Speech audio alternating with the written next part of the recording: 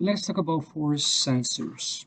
There are different ways to measure force to make sure that your computations are indeed real when you build a system for safety and for verification purposes. So the first thing to mention is that we have been computing forces with vectors. So we know the magnitude of the force and the direction. So a force sensor, as you can see right here, force transducer transduce a physical stimuli to an electrical signal. This guy here internally has a system or a configuration where it's going to change the electrical resistance. Remember, this is ohms, as you change the strain. Strain is the deformation of a body. So when we deform a beam, if the beam is originally a length L, and you apply a force, say this is the simplest case, it's fixed here, and you pull it, there's going to be an extension, you're stretching it, and there's going to be a change in length. This delta L divided by L is known as strain.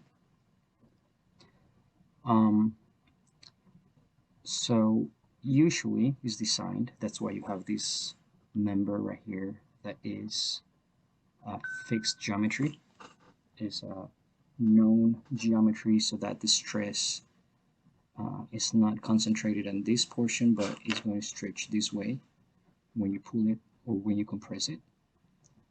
And the change in resistance is going to be linearly proportional to the change in length.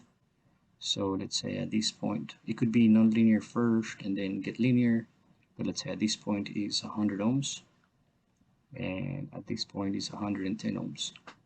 And I'm exaggerating, usually very, very little, could be less than 2 ohms. So by changing and compressing, stretching and compressing this element, you know what is the strain, and then from the strain we'll see that we can know what the force is based on the material properties. So this particular sensor lets you measure capacity up to 24 pound force, sorry, 25 pound force. Okay, and the setup for this is, as we mentioned before, say you have a beam is fixed to a system, to a motor, could be a motor that is rotating, and then you have a hook and you place this gauge right here fixed on the ground. So by rotating this motor or whatever, you're gonna have a known length and you're gonna know what this moment is. So it's gonna be a force pulling here. With this length, you know your V times L equals to your moment. You know this guy, and you know this guy, the force, because you're reading that force. So you can know what is the moment, or divided by L, you can know what is the force. So how do you use this guy? This guy is pretty easy to use. Has 4 wires, because remember that when you talk about sensors, you have 2 types. You have passive and active. Passive sensors are sensors that you do not need to send voltage to, just like a temperature sensor, a thermocouple, like a temperature sensor for your forehead or whatever. When you go to the pharmacy, you don't need to, you need batteries for the reading on the screen for the LCD, for the touch screen or whatever, but the mechanism to read temperature is just two wires for a thermocouple. But active sensors are sensors that need to have power. So you have four wires. This means that you give it DC voltage, usually between 5 and 12 volts. And one wire is going to go into the system and it's going to connect to a bridge.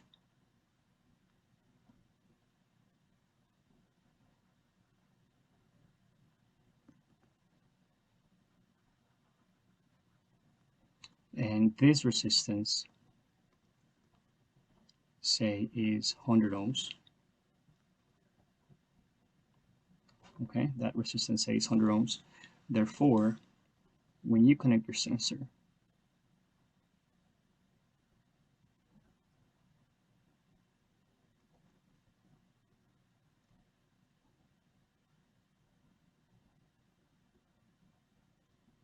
this is the sensor right here. This bridge is internally constructed.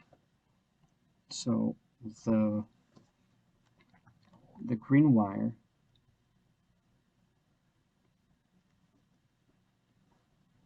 will be right here. The white wire, let's say this is the white wire. White wire will be right here.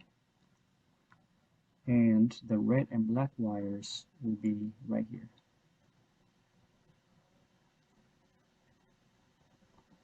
And black wires will be right here. Okay, so this is the black wire. This is the red wire. Red wire. This is the white wire. And this is the green wire. Now, to reduce noise, there's an extra wire which is connected to your ground. So that's the fifth wire. This is your shield or ground. So this is the system. When you apply a force, you're gonna measure with your volt multimeter. We're actually with your data acquisition system. You're gonna measure from here to here, from these two wires, the change in voltage. So when that resistance changes, this is going to give you a change in millivolts. So a bridge, even though this is not about electronics, just remember that a bridge is used to measure very little changes in voltage, because this resistance is very little. It's very, very little. So with that resistance, you know what is the change in voltage. Let's do a second axis here, millivolts. And when everything from the, if you remember your circuits, when everything is at the same resistance, meaning that there's no load, everything's 100, 100, 100, and with no load, this is 100. The value is at 0 millivolts.